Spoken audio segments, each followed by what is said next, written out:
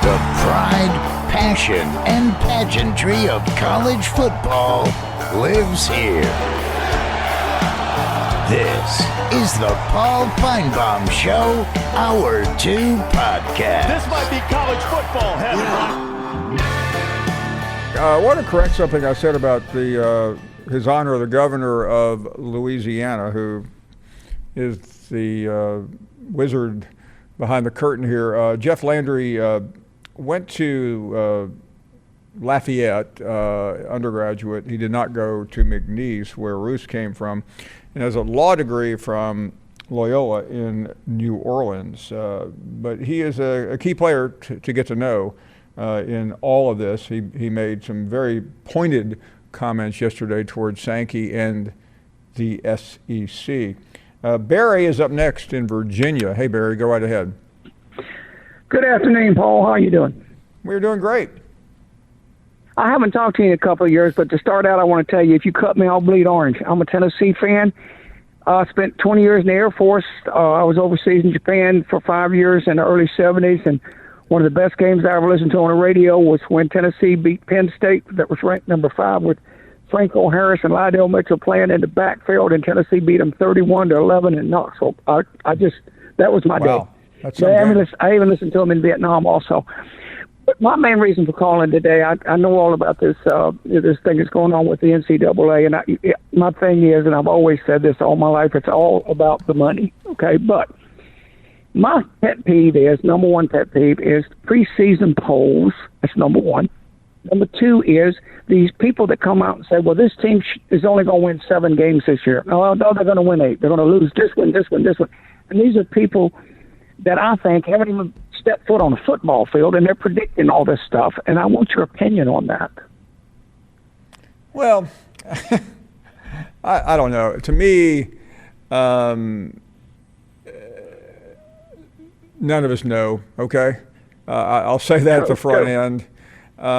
What happens with Tennessee is a narrative started developing, and it was mostly negative.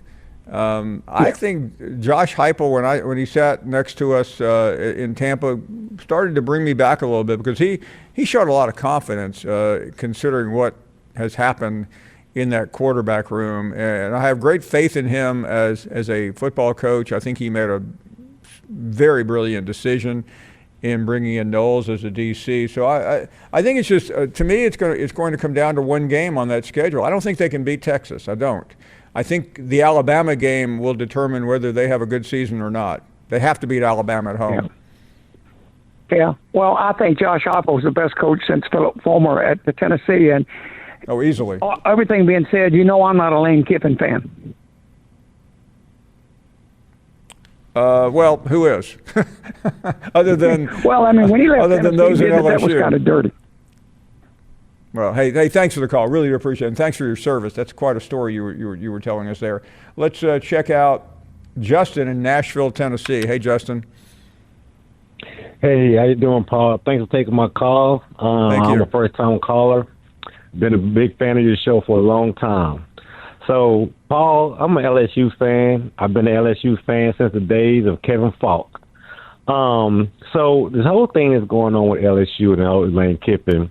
My take on it is that I'm afraid that if we allow these college players to play with these guys that went back to NFL and came back, when we win the national championship this year, because that will happen, everybody's going to sit there and say, well, they cheated. The only way they won is because they got these illegal players. So, and then again, we weren't the first ones. I say we, LSU, weren't the first ones to do this. So I just want to see what's your thoughts on that? Yeah, I mean, listen, if these guys end up playing for LSU, then they will have gotten in there through the judicial system, which makes them legal at the moment. I mean, it really doesn't matter because there's so much confusion. It's so murky. Right. And I don't. It's one thing if you're going to court to get Arch Manning in your lineup, who literally could be the difference between 8-4 and 10-2, but I don't think this Wright guy is number one, probably worth all this fight. But I don't think, I mean, he could help the team. Yeah, I mean, he was a difference maker against LSU last year, if you remember the Ole Miss game. I mean, listen, part of me wants to applaud Lane Kiffin because that's who he is. He's trying to do, he's following whatever the latest interpretation of the rules of college football is. He's taking advantage of it, and that's the problem. Nobody really knows what the rules are anymore. You're 100%, Paul. I think Lane Kiffin is just trying to win football games, and that's what he was brought in to do. So why is everybody trying to point the finger at him? Well, I think the confusion here is really more who's running that university. What's the chain of command? We haven't heard from that president since he voted one way and then snuck out of the room sheepishly the next day. We will. To me, the only person who's speaking down there is the governor, and the governor cannot wait. I mean, if you're a pugnacious governor of a state like Louisiana, all he has to do is look into the history books. All he has to do is look at what's happening in the country right now. Those who fight the norms and who fight authority and push the limit have been very successful. I don't need to tell you. Anybody that follows the news knows that. It's the story of the South. It's the story of this country going back to the early days of the framers, and that's what they're doing down there. And the big bad authority is the SEC and Greg Sankey. Yes, sir. I think it's free time, Paul. Thank you very much, Justin. You take care of yourself. Yes, sir. I don't know anything, but I do know somebody who does, and we have brought him onto the program right now to give us some guidance, and that is Judge John in Tennessee. Hey, Paul. I'd like to talk quarterbacks a little bit. Okay. A week ago today, our friend Legend spent 2/3 of his call down in Gunner Stockton, talking about he was not a really outstanding quarterback. At the same time, we were talking about Peyton Brandon and the new quarterback at Alabama, how great they were going to be. Well, now I'll bet you anything that at the end of the year, Gunner Stockton will have had a better year than either Peyton Brandon or Russell. I think he'll have a better year than the Oregon quarterback is going to, I guess he's going to Notre Dame, isn't he? I watched him play for Oregon in the playoffs, and buddy, he didn't play worth a flit. And so I think he's overrated. But I think Gunner Stockton is a really serviceable quarterback that is going to lead Georgia to, and I'm not a Georgia fan, but I think he's going to lead Georgia to the playoffs and probably deep into the playoffs. Well, Judge, what you said there is really the operative word. He's serviceable. And if you're serviceable and you don't have an elite team around you, you are going to be no more than ordinary. He has, I think, an elite team around him. A little bit to be determined offensively. I think defensively, Georgia is back to where it has been in the past. So depending on the matchups, I have no doubt Georgia gets through its schedule. They have the easiest schedule of any of the contenders. It just really matters. I mean, I would encourage Georgia not to win the SEC this year. Take that week off. It doesn't matter whether they have a home game in the playoffs or not. I just think they need to stay away from New Orleans on January 1st if they want to go somewhere in the playoffs. Thanks for the call. Up against the break, we have a very special guest coming up. His story is pretty amazing. We'll tell you about that right after this. You're listening to the Paul Feinbaum Show podcast. How about this? Osawese Agbonkonkon is someone who people in Texas, people before that in Oregon knew a lot about him. But if you're into track and field, and those are two outstanding places, you know who he is. He's an All-American. He's a high jumper and long jumper. He's also an author, which always gets our attention. The name of this is it's a science fiction book, Psychic Suit. And Osawese, congratulations on all your accomplishments and the book. We are so happy to have you here. Good afternoon. Good afternoon to you too. Thank you for having me. I want to talk about the book in a minute, but let's talk about your career for a second, because I don't want to mitigate your accomplishments, because what you do isn't easy, being in the jumping category, long jump, high jump. Which one of those do you like the most, by the way? Definitely high jump. That is my forte and the one that I've so far found the most success in. I have been on tracks and seen those high jumps, and it scares me to get near one. What's it like to learn how to do that, especially at an elite level? It actually came to me relatively easy, but I also had some very good coaches around me. It is sometimes a little bit scary, especially when you're trying to really flip over that bar, especially earlier in my career when I was really trying to get that good arch, having to hold your head back and go almost completely upside down. It's definitely scary, but once you learn it, it becomes something that's very fun to do. Now, in full disclosure, I tried that once when I was in high school, and I missed everything. So the key is what? Is it how much speed do you have to have, and at what point do you jump? And while you're in the air, what in the world are you thinking about? So a lot of people assume that high jump is about vertical, and actually a lot more of it is about allowing that approach to do the work, converting horizontal speed into the vertical. And I mean, for me, I'm just really counting steps. My approach total is about 10 steps, around 65 feet. So I'll be counting from 1 to 10. And essentially, once you hit that 10th step, everything is about how do I convert all of this force upwards? How do I, maintain that position in the air? And I mean, you only have a couple milliseconds to really track everything. And I mean, it's pretty complicated, but I mean, I love the technical side of it as well.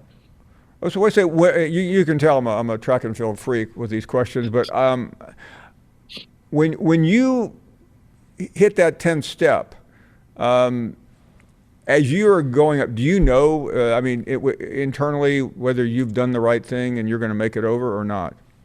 Oh, definitely. You can feel it the second you plant on that 10th step. Usually you'll feel a really good vertical lift. You'll kind of see the bar pass under you, and you'll just kind of naturally rotate over it. A lot of high jump is supposed to be very natural. We're trying to use the approach to create these positions off the ground that allow us to do good things in the air. So it's almost like the more you have to try, the more you're probably going to fail, because you want it to be as effortless as possible. Do conditions play any role whatsoever as you're doing it? There could be wind, there could be weather. I know it doesn't seem like it's a big factor, but does it play any factor? Wind to a degree does play a factor. Some meets will give you a bar that falls down if they can reasonably determine its wind. I would say that rain is probably something that affects it the most. I have done a couple rain meets, and sometimes you slip and fall. Sometimes you're a little hesitant with how much speed and force you're bringing. But overall conditions, if things are sunny outside, usually it's going to be a pretty good meet for us. And you're competing at the highest level, and I'm curious because you often see this in other sports, swimming to be one, where the competition does affect you, and often for the better. You're facing the best high jumpers around. How does that, or does it affect you when you're getting ready to move? I would say it does affect me. Throughout high school, I did have kind of what I would call a rival who ended up actually going to another SEC school. So we've kind of continued that into college. And, sometimes, you get hyped up by your competitors. You say, this is a guy who he beat me last time. I want to beat him this time. And, of course, all of us know each other. It's a very tight-knit group. And I would say that sometimes it's just going out there and saying, I want to beat this friend who beat me last time. Okay, well, let's get to the part. I love track and field, but I began my career as a writer. I'm just a failed writer who wants to know how you have been able, number one, to find time to do what you have done. So take us through the genesis of your writing career and how you ended up with this. Of course. So I first got into writing probably about fifth grade. I had a really great elementary school teacher who taught us how to write and, made it fun for us. And then it was actually a standardized test that I was taking, and the prompt was to write our own story.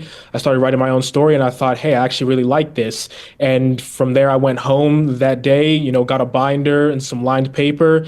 And that's when I started writing my first book. Not this one, but my first one overall. And then from there, it kind of became, this is what I wanted to do. I've had this idea in my head for probably over a decade at this point, started putting pen to paper, and that's just where it came to me. And it's from there, it's become writing is something that I want to pursue all the way.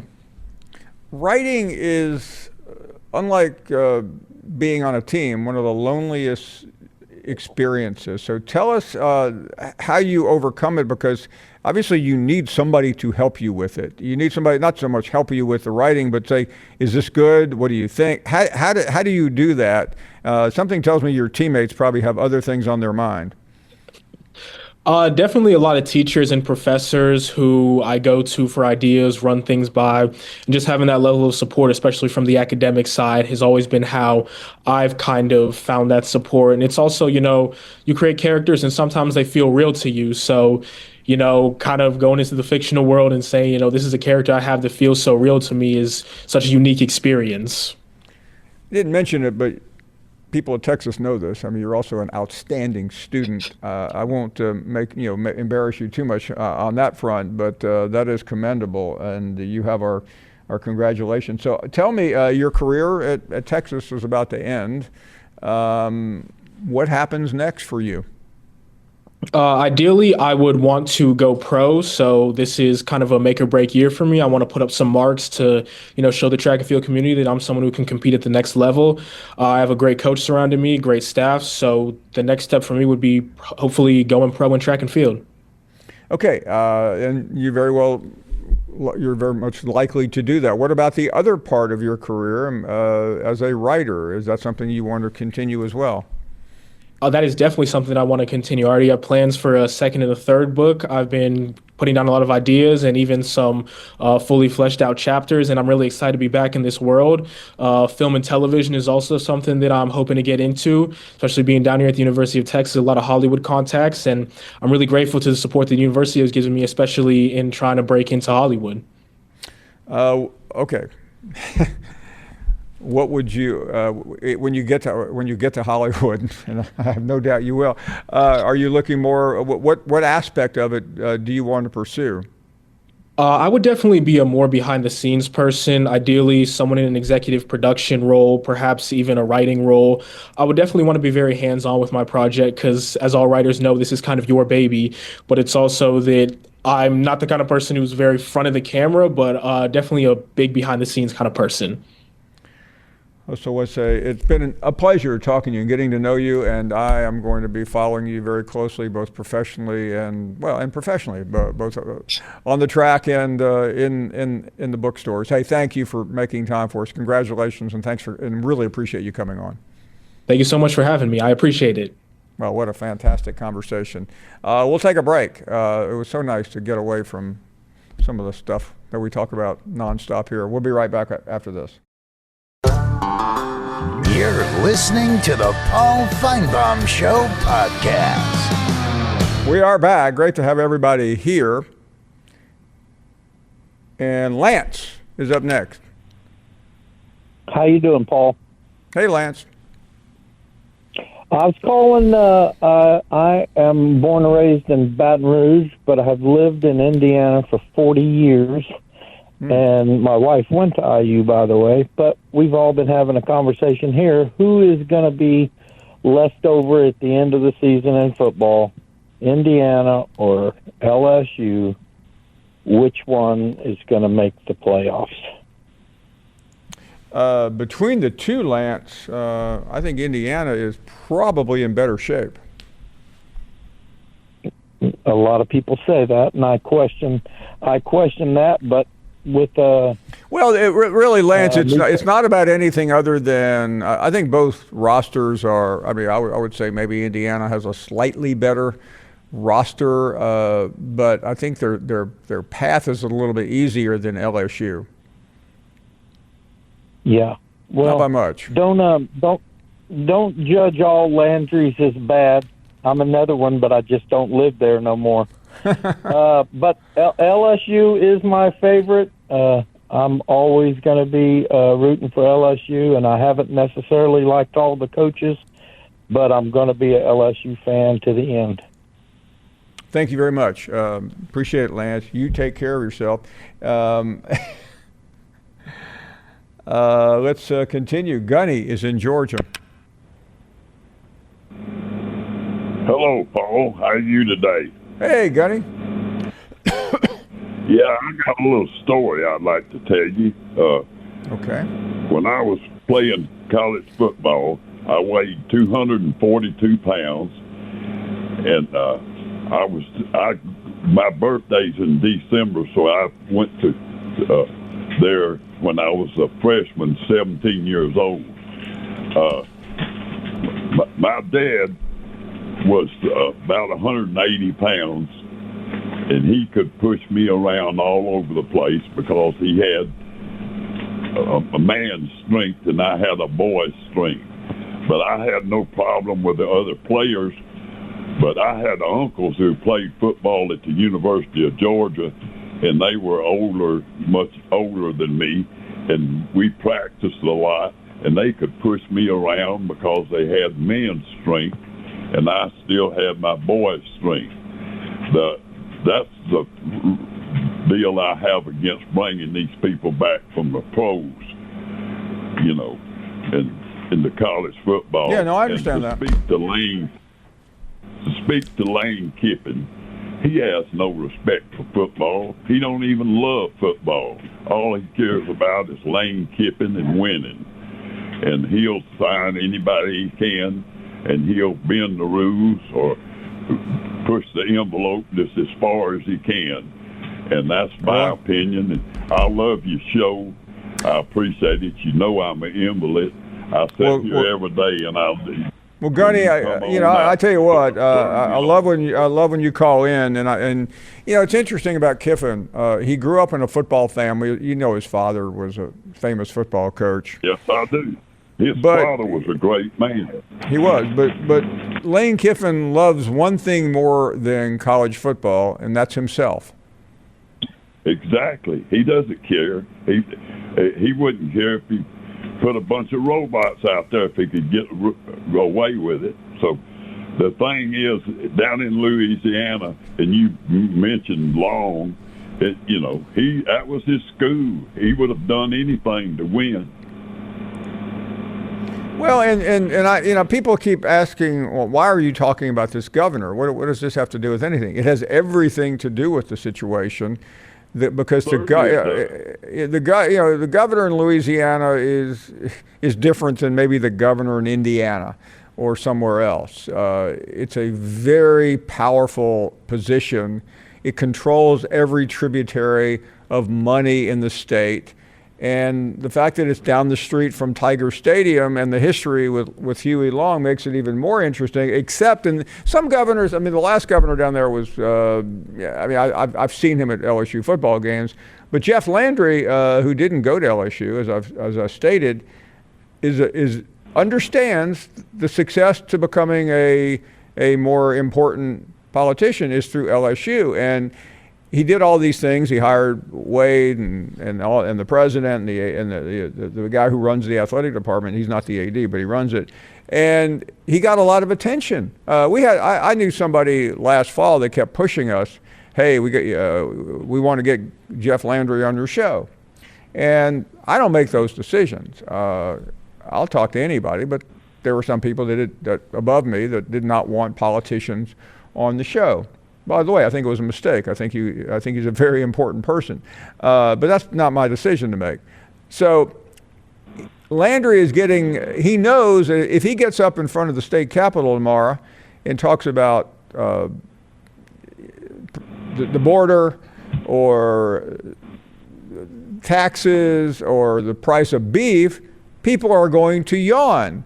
But if he talks about what a bad guy Greg Sankey is and how he's trying to screw over my football team, everybody cheers. And today, everywhere you look in the sports world, Landry's comments are resonating, and that's only going to feed his system like crack cocaine, and you're going to see him probably tomorrow on Pat McAfee and on some other show, and he'll call the locals in and read them the riot act, because that's good for politics. That's good politics. But talk about LSU football. Lane Kiffin and Landry are the two most well-known people in the entire state. So that's really why I keep mentioning him, because you're going to keep hearing his name again.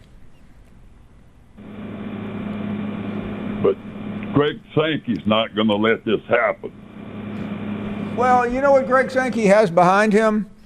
He has the entire weight of the Southeastern Conference. He has 16 presidents who voted in favor of this policy. Now LSU people are saying, well, but they didn't vote on the actual penalties. No, they didn't. They abstained, which makes them even weaker. You know what I'm talking about, Gunny. You serve this country. There's no middle ground, is there? No, there isn't. This is a possibility that something like this could ruin college football as we know it. Well, hey, listen, thank you very much for the call. I am of the opinion that at this point, nothing is going to bring college football down. As crass as this is, it's probably not as bad as the Sorsby deal, where they were about to let a guy who bet on football. But every day we reach a different low. But we still can't wait for the first game. So that's why I'm not as pessimistic about college football as some people. Brewster is calling us next. How you doing today, Paul? Brewster. Yeah, I'd like for your family to be in prayer for my wife. She has stage 4 cancer. Oh, my. They had quit chemo because it ain't working and it's spreading. Well, I am so sorry to hear that. How is she doing? I mean, I know that's a crazy question, but how is she dealing with all of this and you? It's hard. And me, myself, I'm a bad diabetic, and I'm on kidney dialysis. Oh, my goodness. I have a real hard time, too. You know, Brewster, what you said really affected me. I had a doctor's appointment the other day, like everybody has, and you go, man, like okay, whatever they tell you, and you think that why me, or why am I having to deal with this, or all these different things, and then you hear a story like yours with what your wife is going through, what you have to go through every single week, and I think and I'm not saying this because words are not going to help your situation. Prayers may comfort it. One thing I've learned with time, Paul, is you think you got it bad, look around, you see somebody's got it worse off. No, I totally agree. And every time I'm unfortunately not at a doctor's office very often, but I've had some experiences where many years ago they thought something was wrong. And you've been there, Brewster. They sent me down to, where they do the CAT scans, because they had to look inside my head, in my brain, and I was feeling sorry for myself, and I was talking to 2 or 3 people, and none of them were going to be around in a year. And I finally said, somebody asked me, so they recognized me and said, what are you doing here? I said, you know what, I think I made a wrong turn. And I did, because nothing was wrong. It was just a precautionary situation. And it taught me that day that everybody is going through a great deal. Now, I might add, very few people are going through what you and your wife are going through. Yeah. And I will say something else about what you were just talking about. That guy, governor down in Louisiana. Yes, sir. When the presidential election starts, look me in the rough for president. Oh, you're right. You nailed it. That's what all this is about. Brewster, thank you. Thank you very, very much. And best to both you and your wife. We'll all be thinking of you as we take a short break here. More to come, more guests, including Blake Topmeyer from USA Today will be joining us in a minute. You're listening to the Paul Feinbaum Show podcast. Back. Blake Topmeyer in a few minutes, the outstanding columnist from USA Today. Jakari is up next. Oh. Hey, Paul, how you doing? Hey, Jakari. All right, buddy. I'm calling from Panama City, Florida. I'm on the phone with you today to talk about LSU. I am glad to hear that. Yes, sir. Yes, sir. I'm just proud of what Lane got going on over there. This is our year to take off. Hey, Paul, I'm gonna tell you this. You remember when Nick Saban had that era going on in Alabama? I sure do. That's what's going to happen with us at LSU and Lane Kiffin. You think so? Yes, sir. Yes, sir. I got faith in my team. Well, I mean, there are a lot of places that I would go to try to turn a program around, but I don't know if there would be any place better than LSU, and for all the reasons that we stated. In today's world, you need to keep people rowing in the same direction, and that is LSU right now. Yes, sir. Yes, sir. It is. Yes, sir. It is. Now, I ain't gonna lie to you. Now what he did with the NFL players returning back to school or to the college or whatever, I mean, I don't think that's a good idea for him to do something like that unless he planning on starting them, which he shouldn't start them. He should keep what he got going. Let's see what these guys bring to the table. Well, Jakari, I don't even think that Lane Kiffin likes this, by the way. And if this was happening at Florida or Alabama or Texas, he'd be raising bloody murder. But yeah, he's the one where the players want to go. So he's doing what I think most people would try to take advantage of it. I'm not sure there would be as much defiance. Most coaches have answered the question with very little commentary, but this is going to be resolved next week, and the game will still be played a week from Saturday night. You and I will still be watching it, whether this guy is in the game or not. Yes, sir. Yes, sir. Hey, and also to tell you, Paul, we the real Death Valley. I don't know what Clemson got going on, but we the real. No, I agree. By the way, I'm in total agreement on that, Jakari. And by the way, whether Wright plays or not, LSU is still going to run and roll over Clemson. Clemson is a shell of its former self, and it's not going to this is not going to be its coming out party. Hey, thank you for the call. Really do appreciate it. Let me check in with Aggie Gus, who is in where else but Texas. Hello, Paul. Glad to hear you're doing good. Thank you. I'm a 1962 Army, 1962 Aggie graduate, Army veteran, or retiree, and you can figure out how old I am, I guess. I get a kick out of your show. I'm a talk show junkie, radio and television, and your show is one of the best on the air. Sort of get a kick out of that. All those pops calling those kettles black, but that's the humor in this. I called you a couple of years ago and sort of ridiculed Handsome Joe, and I want to apologize on Handsome Joe. I think he's probably one of your best callers. I'll say this about Handsome Joe. He is a great caller. He's an even better individual. I know him well. And he has overcome a lot in his life as well as his health. So you're cheering for the right guy there. Well, I think so. And you got a lot of good callers. Like they got a lot of pops calling people black too, but that's part of your show. Oh yeah, I do enjoy it. I mean, we've all been guilty. We've all been guilty of that, Gus. Hey, thank you for the call. You be well. Okay, we got a little bit of news to share with you. How about this? Messiah Russell, first woman ever to break 12-1 in the women's hurdles. That's a big deal. Former athlete at the University of Kentucky. Congratulations. Back to the calls. And the soothsayer is in Tennessee. Hey, Paul. Thank you for taking my call. First thing I want to say is thank you for your service, Barry. That was a great call from him. I really enjoyed that.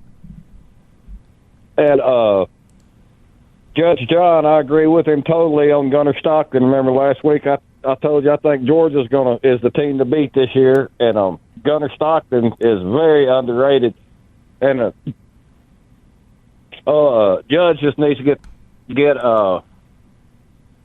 anyway on the pro players coming back, on the kids coming back.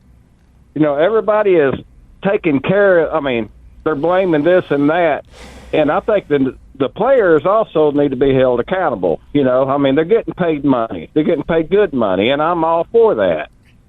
And but I mean, these kids that went to the pros and trying to come back to college are not in the same boat with the rest of them from 22, because those kids chose to stay. And I just think that at some point, they have to be held accountable for the decisions that they're making. You are correct, Soothsayer. And that's I mean, the part of this that everybody is forgetting. Yeah, I mean, they took a chance. They rolled the bones, and I mean, now they didn't make it, and they want to come back, and it's just because they'll make more money playing, probably in the NIL than they will for a practice squad or USFL or whatever. And at some point, these kids are going to have to realize, that you just can't make a decision and go back. Like Lane, I know Saban is rarely wrong. But, I mean, he said last week, that he thinks they ought to be limited to one transfer. And, I've said that from the beginning. Just because things don't work out, they get to play at a different – and a lot of that is the agents, they're just working out deals behind the scenes and stuff. Like, I can get you more money over here if you go over here. That's more money for them. So I think that's the big problem there. But, I mean – just being able, at some point, they've got to hold the kids accountable. That's all I'm saying. Yeah, Soothsayer, I totally agree with you. Came from the same generation. They're not going to, though. I don't mean to pop the bubble there, but right now, it's about moving and shaking and getting anybody in there that can help you on any play in any game to win a first down and, most important, a game. A couple more hours to go. You're listening to the Paul Feinbaum Show podcast.